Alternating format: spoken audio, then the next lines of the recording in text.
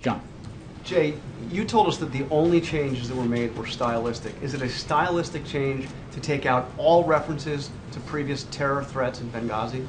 Well, I appreciate the question again, and I think that what I was referring to was the talking points that the CIA drafted and sent around, to which one change was made. And I accept that stylistic may not precisely describe a change of one word to another. Jay, this was not a change of one word to another. I'm just... These underwent extensive changes after they were written by the CIA. Sure. These were concerns that were raised by the State Department that the White House directed the interagency process to use in making these talking points. Well, I think the CIA original version included references to Al-Qaeda, references to Ansar al-Islam. The original CIA version included extensive discussion of the previous threats of terrorist attacks in Benghazi. Those were taken out after the CIA wrote its initial draft. And then the CIA wrote another draft. Based on input from the State Department. Well, but here's what I've been saying, John. Do you deny that? No, John, what I'm saying is, and I've answered this question several times now, but I'm happy to answer it again if you let me answer it, and that is that there was an interagency process, which is always the case, because a lot of agencies have a stake in a matter like this. The investigative agency, the CIA, the intelligence agencies, the State Department in this case, the national security staff. And everybody provided information and comment. And then on Saturday morning, the CIA said, you know, we're going to take a crack at drafting these points based on what we know. And the things that you're talking about, again, don't go to the fundamental issue here, which was what could be said concretely about what the intelligence community knew to be true. Not that some people thought it was Ansar al-Sharia. Some people thought it was other al-Qaeda affiliates or other Libyan extremists. So we knew it was extremists, or we knew that extremists had participated. There was also the belief from the beginning by the intelligence community in these points that there had been protests out of which the attack occurred, protests in response to the demonstrations that were in Cairo at our embassy that were in response to that video. That turned out not to be the case, but it demonstrates the fluidity of the information, the fact that it was hard and continues to be hard in an investigation to know concretely, especially in the first days afterwards, what happened. And that's why we were so careful to say, here's what we know, or we believe we know. And every time we said that, we fully expect this information to change as we learn more. And it did. And we provided it. And again, the whole effort here by Republicans to find some hidden mystery comes to nothing because the president called it an act of terror. The ambassador to the United Nations, that very Sunday that has caused Republicans so much concern, talked about the possible involvement of Al-Qaeda and Ansar al-Sharia. All of this is a distraction from the key issues. A diplomatic post was attacked by individuals in Libya, in Benghazi. 4 Americans lost their lives.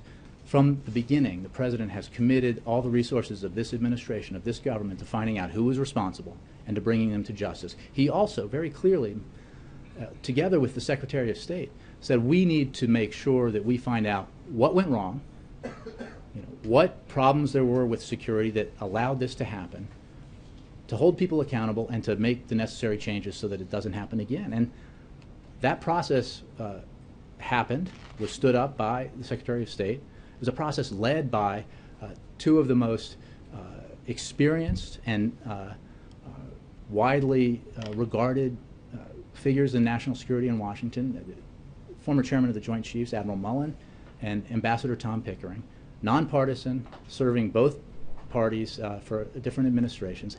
They conducted an extensive review of this. They've said they had access to all the information they needed. They had access to all the people they needed to talk to.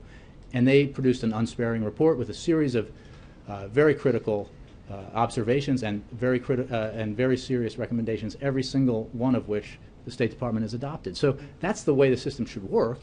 And it worked that way because the President and the Secretary of State insisted that it worked that way. But Jay, can we come back to what you said? You said that the only changes that were made by either the White House or the State Department were stylistic in a single word. Mm-hmm. What we see here is that the State Department raised objections about the references to Ansar al-Sharia. They raised objections to the fact that the CIA had warned about terror threats in Benghazi prior to the attack.